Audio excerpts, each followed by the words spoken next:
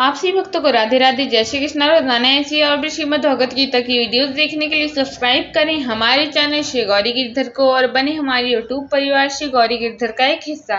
यदि आप सभी ने पहले से ही चैनल को सब्सक्राइब करके हमारे परिवार का हिस्सा बन चुके हैं तो इसके लिए आप सभी का बहुत बहुत दिल से धन्यवाद और आभार। और यदि आप सभी चैनल पे पहली बार आ रहे हैं या आप सभी इससे पहले भी कई बार आ चुके हैं लेकिन वीडियोस को देख के चले जाते हैं, तो मेरा आपसे यही विनम्र निवेदन है कि समय को सोचने में व्यर्थ बिल्कुल भी ना करें और इसी समय चैनल को सब्सक्राइब करके बने हमारे यूट्यूब परिवार श्री गौरी गिरधर का एक हिस्सा, क्योंकि आगे भी इस चैनल पे आपको ऐसी ही बहुत सारी अच्छी अच्छी भगवान से जुड़ी बातें जानने वाली वीडियोस को और इन्फॉर्मेटिव वीडियोस देखने मिलने वाली हैं।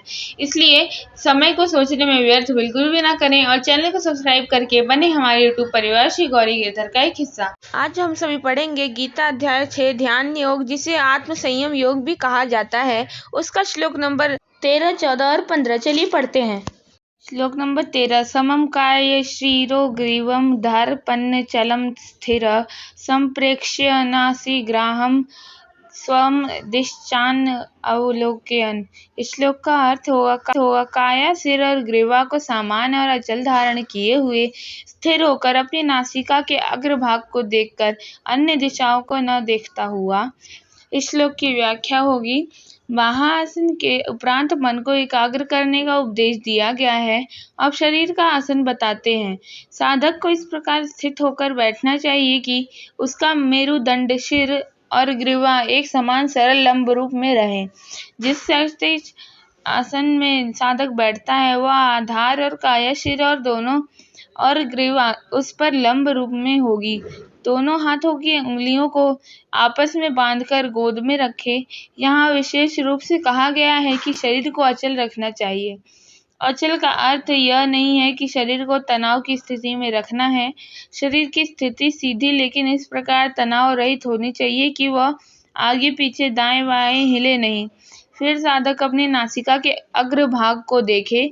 इस कथन का शाब्दिक अर्थ नहीं लेना चाहिए।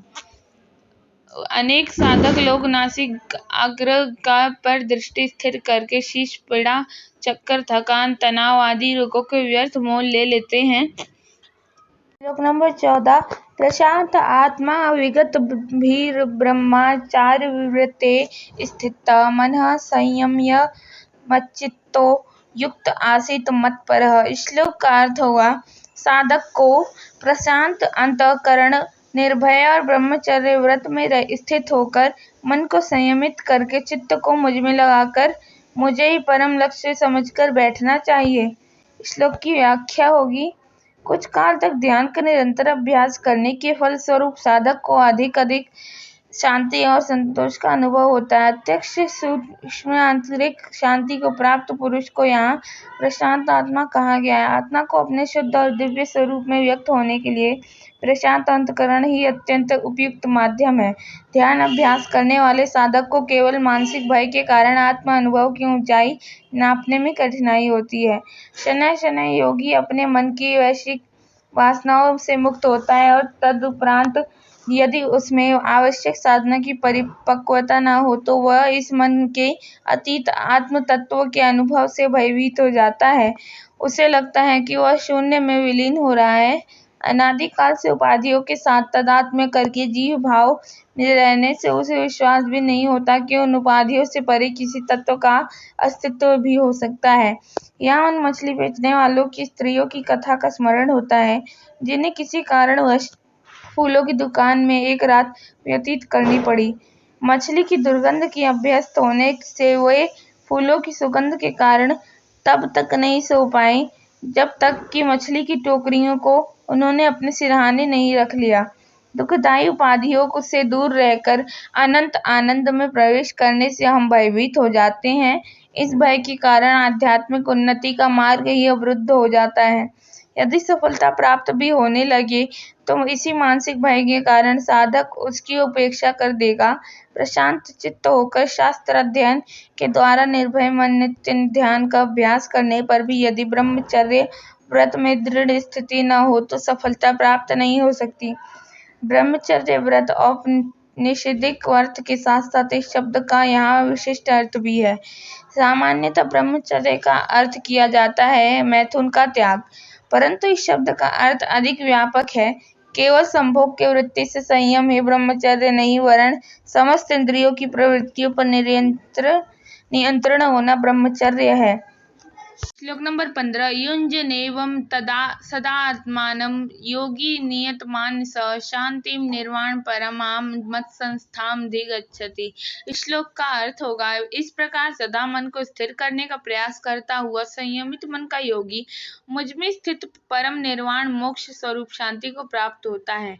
इस श्लोक का व्याख्या होगा, शरीर का आसन, मन का भाव, बुद्धि के द्वारा चिंतन का वर्णन करने के पश्चात अब भगवान ध्यान विधि के अंतिम चरण का वर्णन अपने प्रिय मित्र अर्जुन के लिए करते हैं।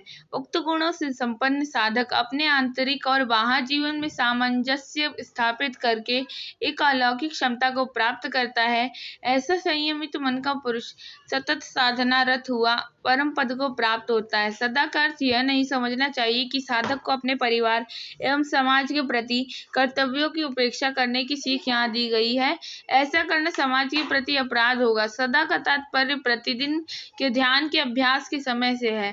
पूरी लगन से ध्यान करने पर साधक पूर्ण शांति का अनुभव करता है। यही शांति ही परमात्मा का स्वरूप है, क्योंकि आत्मा में शरीर और मन बुद्धि की उत्तेजना, चंचलता और विक्षेपों का सर्वथा अभाव है। आत्मा इन उपाधियों से परे है। भगवान के इस कथन से कि योगी मुझमें स्थित परम शांति को प्राप्त होता है, ऐसा प्रतीत हो सकता है कि श्री कृष्ण यहाँ द्वैतवाद के मत का प्रतिपादन कर रहे हैं, परंतु परम सत्य को गुणयुक्त मानने का अर्थ होगा उसे एक द्रव्य पदार्थ समझना जो कि परिच्छिन्न और विकारी होगा। उसी प्रकार उस शांति की प्राप्ति एक विषय की प्राप्ति के समान होगी। भगवान श्री कृष्ण तत्वों का ज्ञान कराने में भाषा की असमर्थता एवं सीमित योग्यता को जानते हैं, इसलिए वे उक्त दोष का परिहार करने के लिए शांति को एक विशेषण देते हैं, निर्वाण परमाम अर्थात मोक्ष स्वरूप शांति। आप सभी लोगों को श्री गौरी कीर्तन परिवार की तरफ से श्री गोवर्धन पूजा के उपलक्ष्य में गोवर्धन पूजा की हार्दिक शुभकामनाएं। आगे भगवान ने क्या कहा, ये जानने के लिए मिलते हैं अगली वीडियो में। तब तक के लिए राधे राधे, जय श्री कृष्णा। वीडियो अच्छी लगे तो चैनल को लाइक, शेयर एंड सब्सक्राइब जरूर करें। राधे राधे।